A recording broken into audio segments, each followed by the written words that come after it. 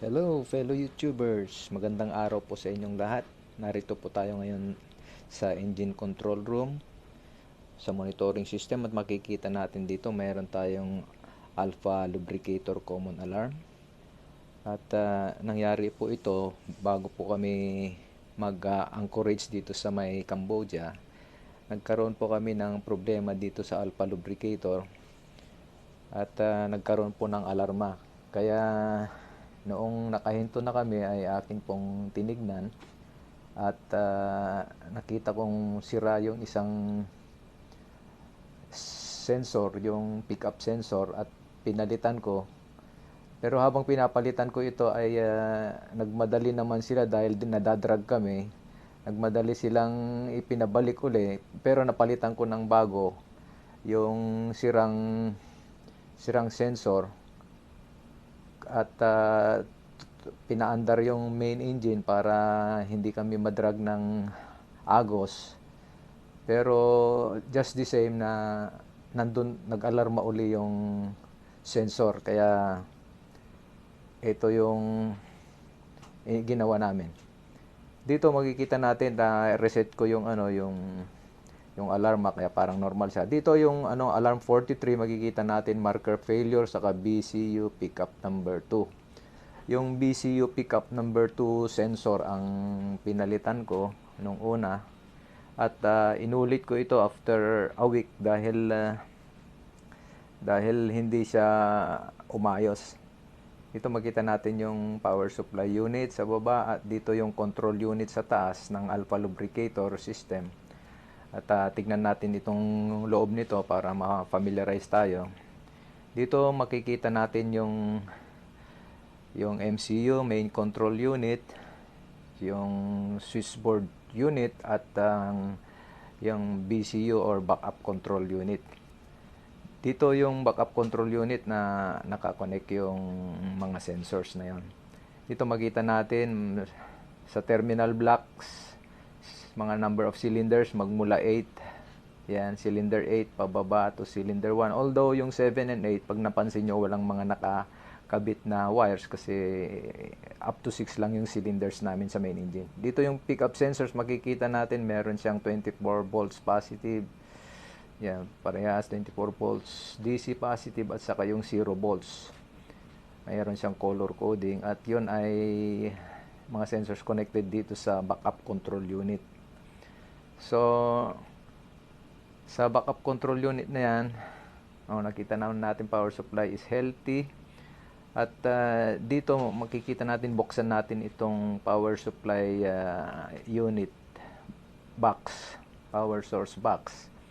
Dito kung napansin nyo kanina doon sa may alarm na may BCU saka MCU fail, dito ko yun trinay kong i-reset dito kasi dito dapat tayo mag-reset to be very very safe. Yan yung kita natin, MCU source saka BCU source, yan yun yung switch off ko. Power supply yan para dyan sa BCU saka MCU. Ito makita natin yung manual dito sa alpha lubricator ay makikita natin yung gap which is should be strictly followed kasi otherwise yung sensor natin ay hindi rin uubra. Meron sukat ito na 3 mm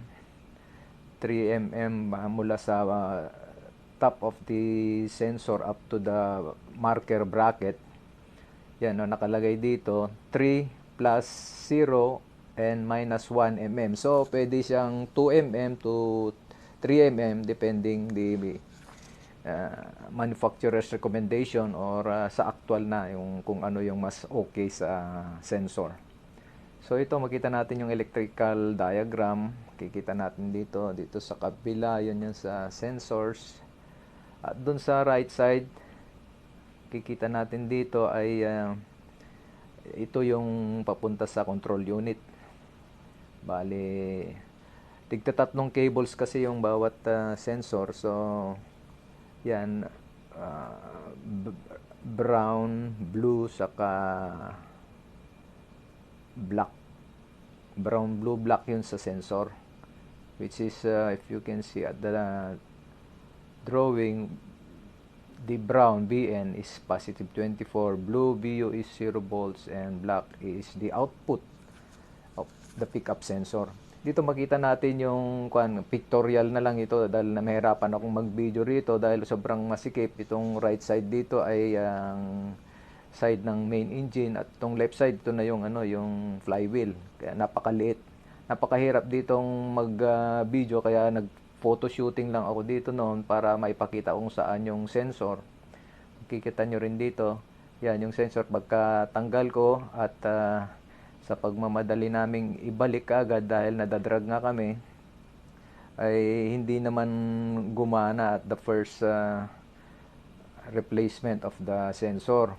Pero bago yung inilagay ko, kaso ang findings ko, yung pag-check ko nung 23 December, kasi 16 December dito, una kong chinek at pinalitan, hindi gumana. Yung bagong sensor na inilagay ko ay sira din siya. Kaya thankfully meron pang isa dahil dalawa yung sensors ng alpha lubricator namin. So ito na lang isa yung pag-asa namin at luckily ay gumana naman po ito. Makikita natin dun sa isa na tinanggal ko na bago ay na hindi umubra, wala rin siyang output kapag meron siyang positive 24 and 0 volts, kumpleto siya. Ito yung sira kasi kapag yung marker tatama na dito sa may sensor at dapat siyang walang alarma at umaalarma pa rin doon ng alarm 43. So itong bagong ito ay sira din. Yung positive 24 0 volts ay merong power supply, ang kaso walang output. Kaya pagka tatamaan siya nung marker ay mag-aalarma siya. Kaya ganun din siya, para siyang yung sira na luma na nakuha ko.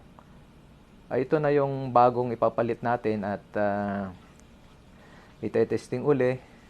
Lalagyan ng power supply dito sa brown and blue at i-check kung merong output or pagka na-i-connect ito sa mga terminals at nilagyan ito ng marker kahit na anong metal at umilaw naman yung LED nito at hindi nag-alarma, meaning to say is okay siya. So ito, if we will follow the drawing, dito yung brown is positive 24, blue is 0 volts, saka yung black, yun ang pinaka-output. Ngayon, pagka-testing din ng short circuit, pwede rin doon. Ito, makikita na natin ito nung tumakbo na kami. At ganyan yung gap nung sa marker bracket sa sensors ay mga 3 mm lang. At mabuti naman at yung pangalawang sensor, although wala na kaming spare, ay umayos naman, gumana. So, we have to order new spares on board. At least 2. Ganito po yung isura na nase-sense na niya yung RPM niya, which is 78.4.7. Yan po yung RPM ng ating main engine. At ito, okay na po ang ating alpha lubricator sensor. Gumana na po yung niya, wala na po siyang alarma. Tumatakbo na po kami. Thank you for watching.